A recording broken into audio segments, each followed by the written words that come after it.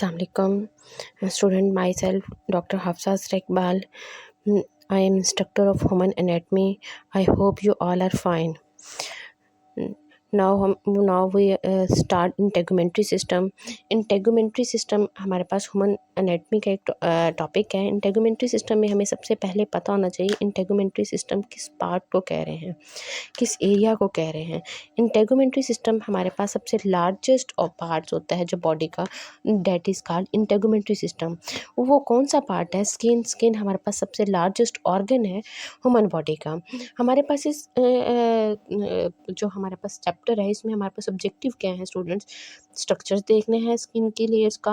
Skin की 2 layers हैं, epidermis और डर्मस, उनके स्ट्रक्चर के बारे में पता होना चाहिए। सेकंड नंबर पे हमारे पास उसमें कुछ एक्सेसरी ऑर्गन्स हैं स्किन में, जैसे हमारे पास स्वेट ग्लैंड्स है, सेबेशियस ग्लैंड है, हेयर एंड नेल्स हैं, उनके स्ट्रक्चर और फंक्शंस का पता होना चाहिए। हम स्किन की लेयर को आइडेंटिफाई कर सकें और वहाँ हमारे पास एपिडर्मस और डर्मस जो स्किन की लेयर हैं उनके नीचे हमारे पास फेशियाज प्रेजेंट होते हैं, superficial fascia and deep fascia, उनके बारे में हमें पता होना चाहिए। स्किन क्या है जिसे हम इंटेगुमेंट्री सिस्टम कह रहे थे? स्किन लार्जेस्ट ऑर्गन होता है ह्यूमन बॉडी का। अगर हम इसका लार्जेस्ट ऑर्गन क्यों कह रहे हैं? क्योंकि हम इसके ह्यूमन बॉडी में इसके स्क्वायर मीटर के अकॉर्डिंग इसकी देखें, एरिया को देखें तो ये हमारे पास अडल्ट में 1.5 से 2 स्क्वायर मीटर तक स्प्रेड हुआ हुआ है बॉडी में। इसके अलावा इसमें कुछ एक्सेसरी स्ट्रक्चर्स भी हैं, जैसे ग्लैंड्स हैं, हेयर एंड नेल्स हैं। और स्किन की थिकनेस को हम की बात कर रहे हैं हम लोग स्टूडेंट्स, तो थिकनेस वेरी कर रही होती है different area of the body में। ये थिक होती है पाम ऑफ द हैंड में और सोल ऑफ द फीट में। ये एक डायग्राम दी हुई है जो हमारे पास एपिडर्मस और डर्मस की है। एपिडर्मस हमारे पास आउटर लेयर है और डर्मस हमारे पास इनर लेयर है। स्ट्रक्चर ऑफ द स्किन जिसे हमारे पास 2 लेयर्स थी, एपिडर्मस और dermis. Between dermis and underlying structures में डर्मस और नीचे से जो हमारे पास उसके स्ट्रक्चर्स होते हैं जिसे हम फेशिया कह रहे थे, वहाँ पे हमारे पास कंपोज होता है एल्वुलर टिश्यूज़ और एडिपोज टिश्यूज़। एल्वुलर टिश्यूज़ क्या होता है? हमारे पास लूज कनेक्टिव टिश्यूज़ होते हैं जो हमारे पास बाइंडिंग मटीरियल के तौर पे एक्ट कर रहे होते हैं, स्किन को मसल्स वगैरह के साथ अटैच करने में हेल्प करते हैं। सेकेंड नंबर पे क्लास हमारे पास है एडिपोज टिश्यूज़। एडिपोज टिश्यूज़ का वर्ड से हमें एडिपोज से आइडिया है कि हमारे पास डिफरेंट फैट की डेपोजिशन होती है इन टिश्यूज़ में। फैट डेपोजिशन का क्या काम होता है? हमारे पास एनर्जी को स्टोर करने में हेल्प करते हैं। एपिडर्मस हमारे पास क्या है? सबसे आउटर मोस्ट लेयर होते हैं, ये डिफरेंट हमारे पास स्क्विमस एपिथेलियल से मिलकर बनी होती है। बट हमारे पास एपिडर्मस लेयर्स में कोई भी ब्लड वेसल नहीं, नर्व एंडिंग नहीं, कोई ऑक्सीजन और न्यूट्रिएंट सप्लाई उसमें एज इट नहीं। बट क्योंकि सर्वाइवल के उसे ऑक्सीजन और न्यूट्रिएंट सप्लाई चाहिए होती है तो वो डर्मस से ले रहा होता है। डर्मस सप्लाई करती है, deeper layer gate oxygen and neutrons from dermis. Epidermis की डिफरेंट 5 लेयर्स होती हैं। स्मॉल लेयर्स सेल्स होते हैं जो अरेंज होकर एक लेयर बना रहे होते हैं। वो लेयर्स कौन सी हैं हमारे पास? Stratum basale, spinosum, granulosum, lucidum and corneum. ये हमारे पास डिफरेंट सीक्वेंस में अरेंज हुई होती है। और इसमें हमारे पास क्या होते हैं? सबसे सुपरफिशियल लेयर जो होती है वो हमारे पास स्ट्रेटम कॉर्नियम है। कॉर्नियम के बाद नीचे अगर हम सुपरफिशियल से डीप है तो ल्यूसिडम, ग्रैनुलोजम, स्पाइनोजम एंड बेसिला है।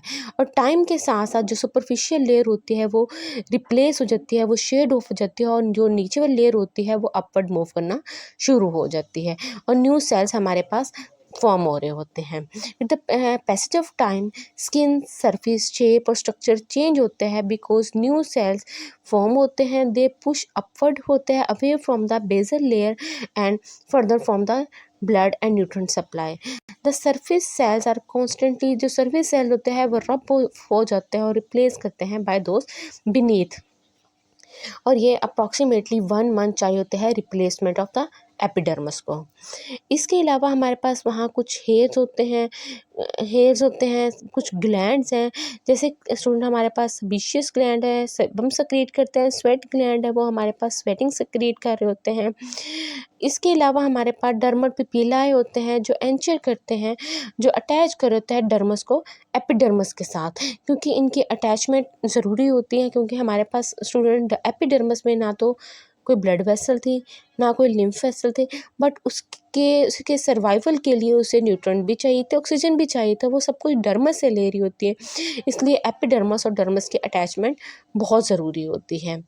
और इसके अलावा हमारे पास वहाँ क्या होता है, ये जो अटैचमेंट होती है, अटैचमेंट इस तरह की होती है कि वो स्टेबलाइज करते हैं दोनों लेयर को और प्रिवेंट करते हैं डैमेज से कोई भी शेयरिंग फोर्स आ जाए। अगर हमारे पास एक्स्ट्रा कोई ट्रॉमा वगैरह हो जाता है वह तो हमारे पास डर्मस और एपिडर्मस के दरमियान जो अटैचमेंट है वहाँ ब्लिस्टर बनना शुरू हो जाते हैं। नेक्स्ट हमारे पास colour of the skin. Skin का कलर किसके वजह से होता है? स्किन में हमारे पास कुछ सेल्स होते हैं जिन्हें हम मेलिनोसाइट्स कहते हैं।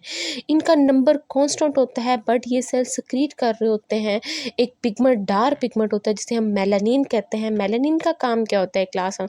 हमारे पास स्किन को कलर देने में हेल्प करते हैं। मेलानिन क्या है? डार्क पिगमेंट होते हैं secreted by melanocyte. Number of melanocyte is fairly constant, so different in color depend upon amount of melanin secreted. ये प्रोटेक्ट करते हैं स्किन को from harmful ultraviolet rays in sunlight. Exposure to sunlight promote करते हैं synthesis of melanin. Second number पे अभी हम skin के कलर को क्या देख रहे थे कि स्किन का कलर होता है मेलानिन की वजह से। सेकेंड नंबर पे हम लोग हमारे पास क्या होता है, मोस्टली स्किन क्या होता है वाइट के अलावा पिंकिश कलर में शो होना शुरू हो जाती है। पिंक कलर क्यों होता है? क्योंकि हमारे पास डर्मस में हमने कहा था हमारे पास कुछ ब्लड वेसल्स भी प्रेजेंट है। ब्लड वेसल्स में हमारे पास ब्लड है। ब्लड का अगर हम ब्लड की कंपोजिशन देखें तो ब्लड में हमारे पास हीमोग्लोबिन है। वो पिंक कलर किसके वजह से होता है? Due to haemoglobin, amount of haemoglobin की वजह से आ रहा होता है। सेकेंड लेयर हमारे पास क्या है क्लास, और एक और कलर है हमारे पास नेक्स्ट दिया हुआ है हमारे पास येलो कलर स्किन का शो होना शुरू हो जाता है, क्योंकि जॉइंटिस में मोस्टली येलो कलर शुरू होता है क्योंकि बॉडी में एक्सेसिव बाइल प्रोड्यूस होना होता है, बाइल पिगमेंट प्रोड्यूस होना शुरू होता है जो हमारे पास येलो अपीयरेंस स्किन को दे रहा होता है। सेकेंड लेयर कौन सी है? डेट इज डर्मस, जिसे हम इनर लेयर कहते हैं। ये टफ होता है, इलास्टिक लेयर होता है, कोलाजन और इलास्टिक फाइबर से मिलकर बनी होती है। इसमें स्मॉल ब्लड और लिम्फ वेसल होते हैं, सेंसरी नर्व एंडिंग होती है, स्वेट ग्लैंड्स होते हैं, hair, erector pili muscles, sebaceous gland, ये सारी चीज़ें हमारे पास डर्मस में प्रेजेंट होती हैं। ब्लड और लिम्फ वेसल्स प्रेजेंट होती हैं। इसमें हमारे पास सेंसरी नर्व एंडिंग होते हैं। सेंसरी नर्व एंडिंग किस किस चीज़ की होती है? टच, प्रेशर, पेन, टेम्परेचर, ये सारी हमारे पास सेंसरी नर्व एंडिंग प्रेजेंट होती है डर्मस में। डर्मस में क्या करना था? सेंसरी रिसेप्टर इसमें प्रेजेंट होते हैं। सेंसरी नर्व एंडिंग में इंफॉर्मेशन लेंगे, सेंसरी रिसेप्टर इंफॉर्मेशन कैरी करेंगे और ये स्पाइनल कॉर्ड तक इंफॉर्मेशन जाएंगी। स्पाइनल कॉर्ड और सेरिब्रम तक इंफॉर्मेशन जाएंगी और जो भी सेंसेशन होगी उसे फील करने में हेल्प करती हैं। यहाँ पे डायग्राम दी हुई है हमारे पास, कंप्लीट डायग्राम स्किन की लेयर्स की। नेक्स्ट हम लोग देख रहे थे स्किन के कुछ असेसरी स्ट्रक्चर होता है, जैसे हमारे पास sweat gland, sebaceous gland, hair and nail. One by one इन असेसरी ऑर्गन्स को भी देख लेते हैं, असेसरी स्ट्रक्चर्स को भी देख लेते हैं। स्वेट ग्लैंड, स्वेट ग्लैंड्स क्या होता है हमारे पास?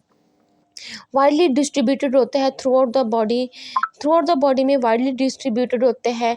और इनका नंबर्स क्या होता है? Palm of the hand, sole of the feet, axilla and groin areas में भी प्रेजेंट होता है। दो type of the sweat gland होता है, इक्राइन और एपोक्राइन। दोनों में डिफरेंस क्या होता है? इक्राइन क्या होता है? जो भी ये प्रोड्यूस कर रहा होता है स्वेटिंग, ये डायरेक्टली पोर करता है स्किन में। तो इसमें स्किन के ऊपर छोटे छोटे टीनी पोर्स होते हैं, जो इसमें सिक्रेशन होता है वो डायरेक्टली प्रोड्यूस कर देता है स्किन पे। बट एपोक्राइन पे क्या होता है? इसमें ये ओपन होते हैं हेयर फॉलिकल्स में और ये ग्लैंड मोस्टली प्रेजेंट होता है एक्सिला एंड जेनिटल एरिया में। स्किन स्वेट ग्लैंड का फंक्शन क्या होता है? ये बॉडी टेम्परेचर को रेगुलेट करने में हेल्प करता है। एक्सेसिव स्वेटिंग की वजह से हमारे पास क्या होता है? डिहाइड्रेशन हो जाती है। Dehydration and serious depletion of sodium chloride unless intake of water and salt. Next है हमारे पास सेबेशियस ग्लैंड। सेबेशियस ग्लैंड क्या क्लास क्या होता है हमारे पास स्टूडेंट्स? हमारे पास एपिथेलियल सेल से मिलके बने होते हैं। सेबेशियस ग्लैंड का हमने देखा था, ग्लैंड्स का क्या काम होता है? इसने कोई ना कोई प्रोड्यूस करना होता है, सिक्रीशन करनी होते हैं। सेबेशियस ग्लैंड हमारे पास क्या प्रोड्यूस करते हैं? ये सीबम प्रोड्यूस करते हैं। सीबम का क्या काम होता है? एंटी माइक्रोबियल सब्सटेंसेस के तौर पे एक्ट कर रहा होता है। सेकंड नंबर पे सीबम का क्या काम होता है फंक्शन में, सीबम हेल्प करता है हेयर को सॉफ्ट करने में और शाइनी अपीयरेंस देने में भी हेल्प करता है और प्रिवेंट करता है इन्फेक्शन से। नेक्स्ट हम इसका एक और फंक्शन भी है, क्योंकि हमारे पास हेयर को सॉफ्ट करने में, शाइनी अपीयरेंस देने में हेल्प करता है, तो ये क्रैकिंग और ड्राइंग ऑफ द स्किन से भी बचा रहा होता है सेबेशियस ग्लैंड। नेक्स्ट है स्टूडेंट्स हमारे पास हेयर का काम क्या होता है, हेयर ग्रो करते हैं फ्रॉम हेयर फॉलिकल से ग्रो कर रहे होते हैं। हेयर फॉलिकल प्रेजेंट होते हैं हमारे पास, क्लस्टर ऑफ द सेल्स होता है बेस ऑफ द फॉलिकल्स पे is a cluster of the cell जिन्हें हम हेयर पल्प कहते हैं। Hair is form by, hair में क्या होता है मल्टीप्लिकेशन ऑफ द सेल्स होते हैं जो पुश करते हैं हेयर को upward away from the nutritions के। हेयर कलर डिपेंड कर रहा होता है, जिस तरह हमारे पास स्किन कलर डिपेंड कर रहा होता है मेलानिन